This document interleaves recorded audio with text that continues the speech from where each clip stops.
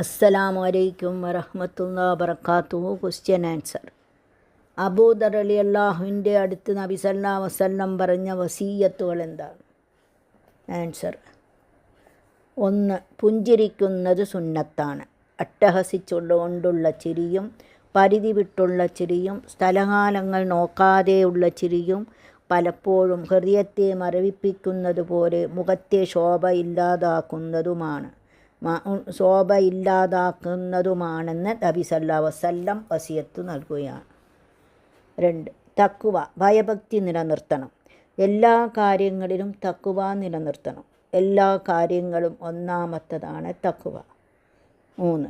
പരിശുദ്ധ ഖുർആൻ പാരായണം ചെയ്യുക, അതിലൂടെ ജീവിക്കുക.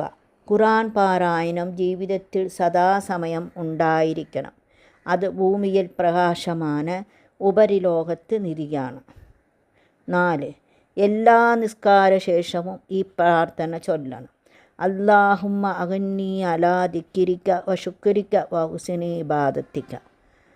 അല്ലാഹുമ്മ അഗ്നി അലാ ദിക്രിക, അല്ലാഹുവേ നിന്നെ ഓർക്കാൻ എന്നെ നീ അനുഗ്രഹിക്കണമേ.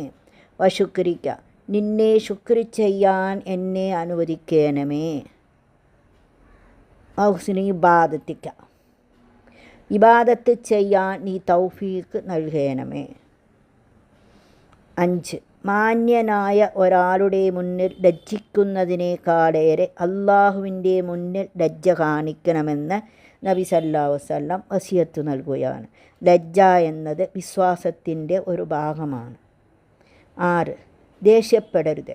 ദേഷ്യം പിശാചിൻ്റേതാണ്, അത് ഒതുക്കി വയ്ക്കുന്നതാണ് സത്യവിശ്വാസി. 7. ഈ ദുനിയാവിൽ ഒരു വിദേശിയെപ്പോലെ, അതുപോലെ യാത്രക്കാരനെപ്പോലെ ജീവിക്കണം. ദുനിയാവാകുന്ന ഇവിടെ അള്ളാഹു അനുവദിച്ച ആയുസ്സും ആരോഗ്യവും സമ്പത്തും സൗകര്യങ്ങളും കഴിഞ്ഞാൽ ഇവിടെ വിട്ട് ശാശ്വതമായ ഖബറിലേക്ക് യാത്രയാവണം. അള്ളാഹു തന്ന ഒരിടം മാത്രമാണ് ഇതെന്ന് വിചാരിച്ച് ജീവിക്കണം. 8. ജീവിതത്തിൽ ഏതെങ്കിലും തരത്തിലുള്ള ഒരു തിന്മ വന്നുപോയാൽ ഉടനെ നീ നന്മ ചെയ്യണം. ആ ചെയ്യുന്ന നന്മ നീ ചെയ്യുന്ന തിന്മകളെ മായ്ച്ചു കളയുന്നതാണ്. 9. ജനങ്ങളോട് സൽസ്വഭാവത്തോടെ പെരുമാറുക. അല്ലാഹു സൽസ്വഭാവികളെ ഇഷ്ടപ്പെടുന്നു.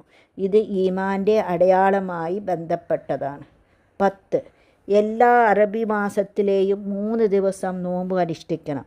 അറബി മാസത്തിലെ 13, 14, 15 ദിവസങ്ങളിൽ നബി സല്ലല്ലാഹു അലൈഹി വസല്ലം നോമ്പ് അനുഷ്ഠിച്ചിരുന്നു. ഈ നോമ്പ് അനുഷ്ഠിക്കുന്നത് സുന്നത്താണ്. 11. സാധുക്കളെ, പാവപ്പെട്ടവനെ സ്നേഹിക്കാൻ, അവരോട് അടുപ്പം കാണിക്കാൻ നബി സല്ലല്ലാഹു അലൈഹി വസല്ലം അബൂദർ റളിയല്ലാഹുവോട് പറയുകയുണ്ടായി. 12. നിൻ്റെ നേതൃത്വത്തിലുള്ള ആൾ അംഗവൈകല്യമുള്ള ആളാണെങ്കിലും അദ്ദേഹം നീതിയും ന്യായവും നടപ്പാക്കുന്ന ആളാണെങ്കിലും ആ വൈകല്യത്തിൻ്റെ പേരിൽ അയാൾ പറയുന്നത് കേൾക്കാതിരിക്കുകയും അനുസരിക്കാതിരിക്കുകയും നീ ചെയ്യരുത്. അള്ളാഹുവിൻ്റെ നിയമനിർദ്ദേശങ്ങൾ പാലിക്കുന്ന ഒരു ഭരണാധികാരിയാണെങ്കിൽ അംഗവൈകല്യത്തിൻ്റെ പേരിൽ അയാൾ അവഗണിക്കപ്പെടരുത്. അയാളെ അനുസരിക്കണം, അവർ പറയുന്നത് കേൾക്കണം. അടുത്ത ക്വസ്റ്റ്യൻ: ഔദു ബില്ലാഹി മിനശ് ശൈത്വാനിർ റജീം. ബിസ്മില്ലാഹിർ റഹ്മാനിർ റഹീം. തൗബയും ഇസ്തിഗ്ഫാറും തമ്മിലുള്ള വ്യത്യാസം എന്താണ്? ഇൻഷാ അല്ലാഹ്.